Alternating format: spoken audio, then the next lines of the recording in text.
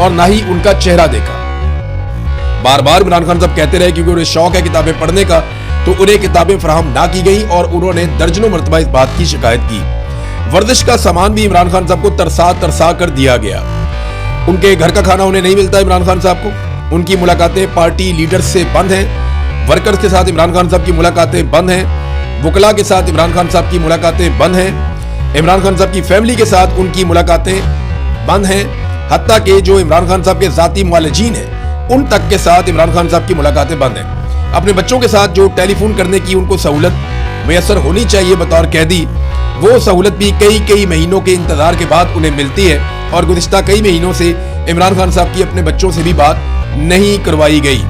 کئی دن تک بار بار عمران خان صاحب کو کال کوٹری میں ڈال دیا گیا، یعنی انہیں بند کر دیا گیا، اور کئی دن تک وہ شکایت کرتے ہیں کہ انہیں باہر نہیں آنے دیا گیا، بلکہ کنڈی لگا کے تالا لگا کے اندر بند کیا گیا، اور جو باہر کا کھلا ایریا ہے یا کھلا آسمان ہے وہاں پہ نہیں آنے دیا گیا۔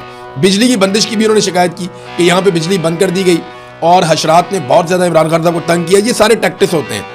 پھر ایک اور چیز میں آپ کو بتاتا ہوں کہ عمران خان صاحب کے پاس بطور قیدی جب کوئی سابق وزیر اعظم پکڑا جاتا ہے تو اس کو بہت ساری سہولیات ہوتی ہیں، ان میں سے کوئی بھی سہولت عمران خان صاحب کو میسر نہیں ہے۔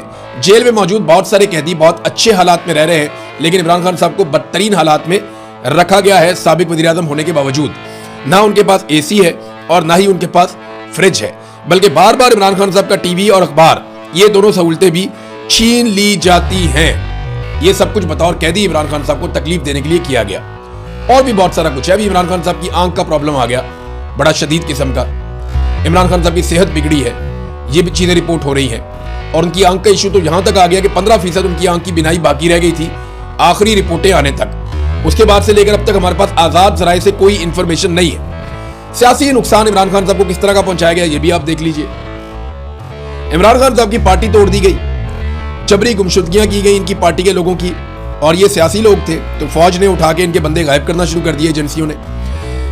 پاکستان تحریک انصاف کے رہنماؤں کو بے گناہ جیلوں میں ڈالا گیا۔ ابھی بھی 4000 کے قریب لوگ ان کے جیلوں میں، جن میں بڑے لوگ جو ہیں وہ یاسمین راشد صاحبہ ہیں، اعجاز چودھری صاحب ہیں، اس میں میاں محمود رشید صاحب ہیں، عمر چیمہ صاحب ہیں، سنم جاوید ہیں، عالیہ حمزہ ہیں، اور بہت سارے لوگ ہیں اس طرح جیلوں کے اندر ابھی بھی بند ہیں۔ ہزاروں کارکنوں کو بار بار گرفتار کیا گیا پاکستان تحریک انصاف کے۔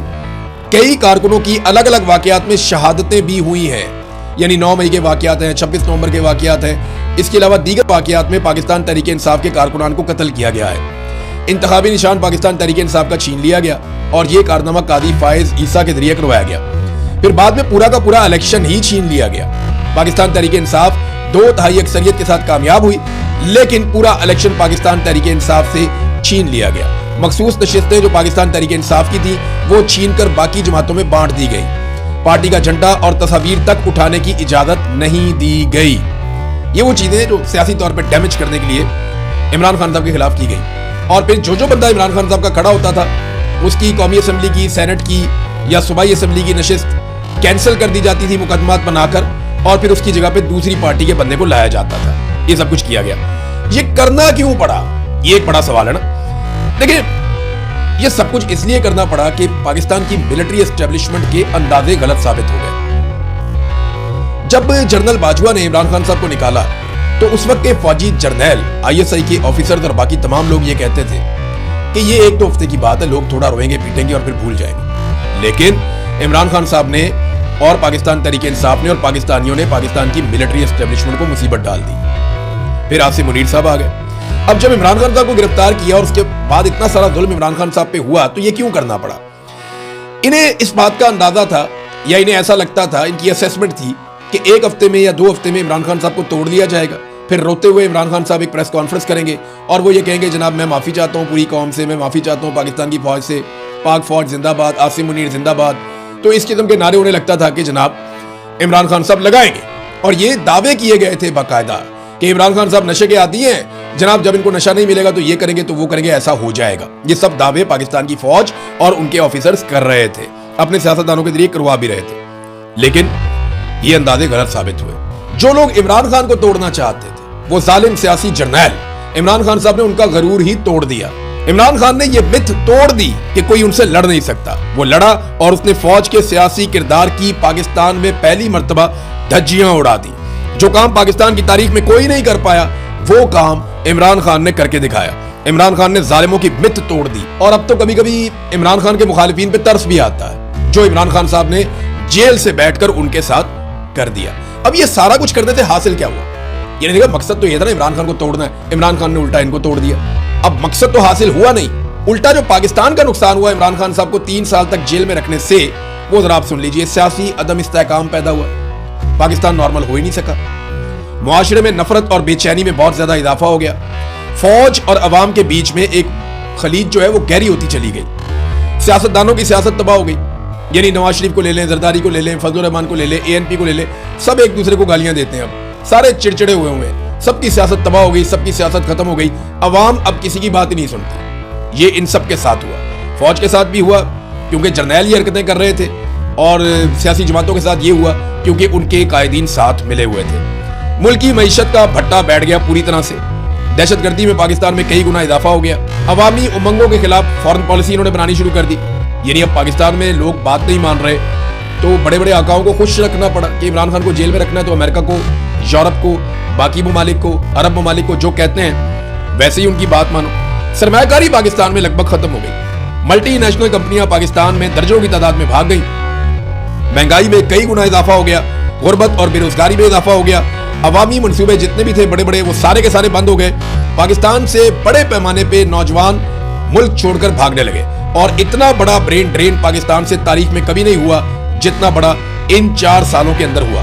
انسانی حقوق کی بدترین پامالیاں کی گئیں, پاکستان کی پوری دنیا میں ان پامالیوں کی وجہ سے بدنامی ہوئی, عدلیہ اور پارلیمان سمیت میڈیا اور بہت سارے اور شعبوں کو یرغمال بنا لیا گیا, آئین کا حلیہ مکمل طور پر تباہ کر دیا گیا. یہ وہ ساری چیزیں ہیں جو پاکستان کو ملی اس ضد کے نتیجے میں کہ عمران خان کو جیل میں رکھنا. اور یاد رکھیے گا یہ تو ابھی ایک شروعات ہے, آپ آگے دیکھتے جائیے گا. یہ جو آگ لگائی ہے عمران خان کی مخالفت میں اور ضد میں بغض سے بھرے ہوئے چند لوگوں نے, وہ آگ پاکستان کو اور کتنا نقصان پہنچاتی ہے. ناظرین, اب بڑا سوال یہ ہے کہ کیا عاصم منیر عمران خان صاحب کو رہا ہونے دیں گے؟ تو جواب یہ ہے کہ پھر میں آپ کو بتاؤں کہ عمران خان کسی عدالت کے قیدی نہیں ہے. عمران خان قانونی نقطہ نظر سے جیل میں اگر بند ہوتے تو اب تک رہا ہو جاتے, ان کے وکیل کیس لڑ لیتے, لیکن یہاں پہ تو پوری کی پوری عدالتیں تبدیل کر دی گئی ہیں. تو عمران خان صاحب قیدی ہیں عاصم منیر کے, اور عاصم منیر عمران خان صاحب کو کبھی بھی رہا نہیں ہونے دیں گے. یہ بات میری آپ یاد رکھیے گا اور پلے باندھ لیجئے کہ عاصم منیر عمران خان کو کبھی نہیں چھوڑے گا. اگر چھڑوانا ہے تو چھڑوانا پڑے گا. ایسا نہیں ہوگا کہ وہ پلیٹ میں رکھ کے عمران خان واپس قوم کے حوالے کر دے, ایسا نہیں ہوگا. پاکستانیوں کو یہ ذمہ داری اٹھانی پڑے گی, کیونکہ عمران خان اپنی ذات کے لیے نہیں پاکستانیوں کے لیے جیل کاٹ رہا ہے. وہ اکیلا پورے پاکستان کی جنگ لڑ رہا ہے اس امید پر کہ ایک دن پاکستانی ضرور آئیں گے اور اس کے ساتھ مل کر لڑیں گے. بس وہی دن ہوگا جب پاکستانی اپنی حقیقی آزادی حاصل کر لیں گے. میں اس ویلاگ کے آخر میں پاکستانیوں کو صرف ایک بات کہنا چاہتا ہوں کہ آپ کے پاس بہت زیادہ وقت نہیں ہے.